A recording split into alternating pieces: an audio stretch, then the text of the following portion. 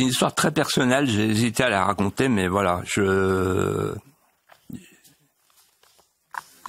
pour rendre hommage aussi à mon papa, qui était un grand officier résistant, qui a terminé sa guerre, le pauvre, au camp de représailles de Lübeck, parce qu'il avait sauvé un officier juif qui s'appelait Gilbert Cain Salvador, qui est son ami d'enfance, à Metz.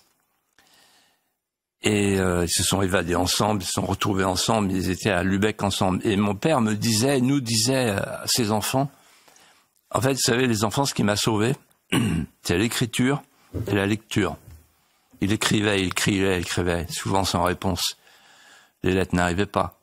Et puis il lisait. Et il lisait, je lisais, je me souviens, Le soulier de satin de Claudel, La Cerisay de Tchekhov. Et puis les lettres des soldats dans l'histoire de France. Il parlait de Puebla, il parlait de Bazaine, etc. Et il s'est arrêté sur 3 lettres en particulier qui m'ont marqué.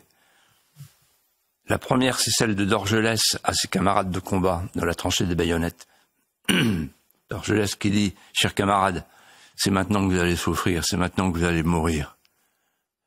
Le temps va effacer vos visages et jusqu'à vos croix insignifiantes. Les voiles de deuil, comme les feuilles d'automne, tomberont. Et l'image du soldat disparu s'effacera lentement dans le cœur consolé de ceux qui l'aimaient tant. » Dorgelès et Croix de Bois. La deuxième lettre, c'était d'Estienne d'Orve, un grand marin, un grand officier. C'est la lettre à ses enfants, la dernière. Il écrit la veille de sa mort. Il sait qu'il va être exécuté par les Allemands. Et il dit à ses enfants, ne pleurez pas, n'oubliez jamais, et cultivez le souvenir, non pas le mien, mais celui de la France, n'oubliez jamais que j'ai fait tout ça, que j'ai résisté pour une seule raison, la grandeur de la France. Et puis il y avait une troisième lettre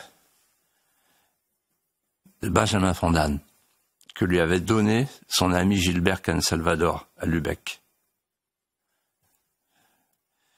C'est à vous que je parle, homme des antipodes. Je parle d'homme à homme, avec le peu en moi qui demeure de l'homme, avec le peu de voix qui me reste au gosier. Un jour viendra, c'est sûr, de la soif apaisée, nous serons au-delà des souvenirs. Alors, souvenez-vous que j'avais un visage comme vous, une bouche qui priait comme vous. Quand une poussière entrait ou bien un songe dans l'œil, cet œil pleurait un peu de sel. Et quand une épine mauvaise égratignait ma peau, il écoulait un sang aussi rouge que le vôtre. Lorsque vous foulerez ce bouquet d'orties qui avait été moi dans un autre siècle, dans une histoire qui vous semblera périmée, souvenez-vous seulement, souvenez-vous que j'étais innocent et que tout comme vous, mortel de ce jour-là, j'avais un visage comme vous, marqué par la colère, la joie et la pitié, un visage d'homme, tout simplement.